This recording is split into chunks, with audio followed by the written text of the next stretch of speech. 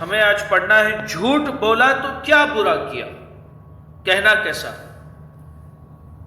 جھوٹ بولا تو کیا برا کیا، کہنا کیسا؟ سوال: ایک شخص نے کسی بات پر بلا اجازت شرعی جھوٹ بولا۔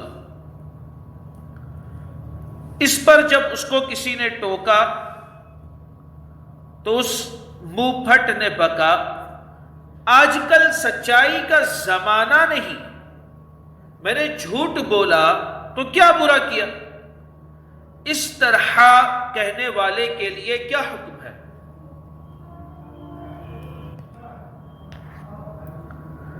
اس طرح کہنے والے پر حکم کفر ہے۔ جھوٹ بولا تو کیا برا کیا، اس طرح کہنے والے پر حکم کفر ہے۔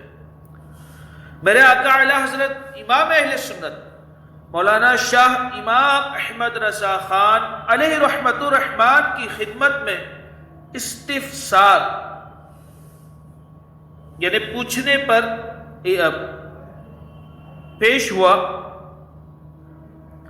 عمر نے جان بوجھ کر کچہری کورٹ میں جھوٹی گواہی دی۔ لوگوں نے اس پر اعتراض کیا تو کہنے لگا، کچہری میں آج کل سچ کون بولتا ہے؟ جتنے جاتے ہیں سبھی وہاں جھوٹ ہی بولتے ہیں، اگر میں نے جھوٹ بولا تو کیا برا کیا؟ کسی نے سوال کیا ایک شخص کے بارے میں کہ اس نے کچہری میں جھوٹ بولا اور اس کو سمجھایا گیا تو وہ کہتا ہے کہ آج کل کچہری میں تو سبھی جھوٹ بولتے ہیں، اگر میں نے جھوٹ بولا تو کیا برا کیا؟ تو اس پر اعلیٰ حضرت نے جواب دیے، حدیث میں فرمایا جھوٹی گواہی دینے والا وہاں سے قدم ہٹانے نہیں پاتا کہ اللہ عز و جل اس کے لیے جہنم واجب فرما دے گا۔ جو جھوٹی گواہی دے گا تو اس کے قدم ہٹنے سے پہلے اللہ عز و جل اس پر جہنم واجب فرما دے گا۔ حدیث پاک اعلیٰ حضرت نے بیان کی ہے۔ اب آگے کہتے ہیں یہاں تک تو گناہ کبیرہ ہی تھا، اس نے جھوٹی گواہی دیا، یہ گناہ کبیرہ ہے جو آدمی کی ہلاکت و بربادی کو کافی ہے، بس ہے، یعنی ظاہر سی بات ہے کہ اس کے لیے جہنم واجب ہو گئی تو آدمی تو برباد ہو گیا۔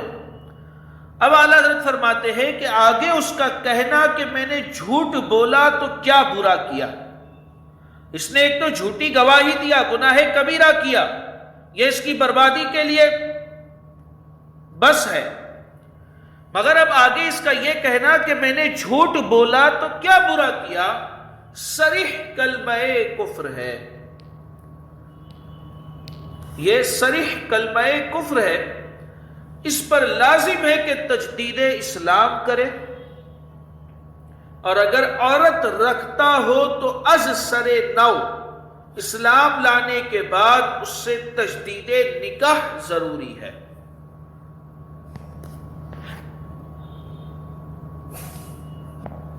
سوال: مرید سے جھوٹ بولنے کا گناہ صادر ہوا، اس پر اس کے پیر صاحب نے ٹوکا کہ تم جھوٹ کیوں بولے؟ مرید کہنے لگا، حضور آپ جیسی کامل ہستی سے میری نسبت ہے، اس طرح کی چھوٹی موٹی باتیں تو چل جائے گی، تو اس پر حکم شرعی بیان کیجئے۔ اس طریقے سے جس نے کہا اس کے تعلق سے حکم شرعی کیا ہے؟ جواب: مرید بے باک کا یہ جملہ ناپاک کفر ہے، کیونکہ اس نے ایسے گناہ کو ہلکا جانا۔ یہ سننے والی بات ہے، یہ پوائنٹ والی بات ہے۔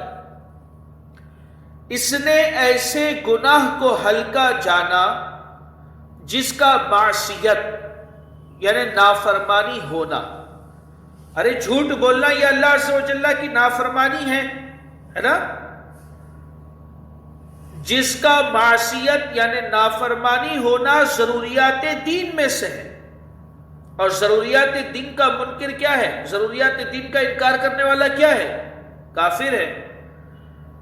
تو اس نے جو ہے مرید بے باک کا یہ جملہ ناپاک کفر ہے، کیونکہ اس نے ایسا گناہ کو ہلکا جانا جس کا معصیت یعنی نافرمانی ہونا ضروریات دین میں سے ہے۔ یہ بات سمجھ میں آئی؟ جو لوگ دنیا ہی کو اپنا سب کچھ بنا بیٹھے ہیں، موت کو بھلا بیٹھے اور نیک لوگوں سے رشتہ توڑا بیٹھے ہیں، وہ عام طور پر بے لگام ہو جاتے ہیں۔ ان کی زبان گویا ان کے دل کے آگے ہوتی ہے، دل کی طرف رجوع کرنے کی نوبت ہی نہیں آتی، بس جو کچھ زبان کی نوک پر آیا پھسل کر باہر آ جاتا ہے اور وہ ہر دم بک بک کرتے رہتے ہیں۔ اور پھر اس طرح معاذ اللہ عز و جل زبان سے کفریات سرزد ہونے کا امکان بھی بڑھ جاتا ہے۔ ہمیں اپنے پروردگار عز و جل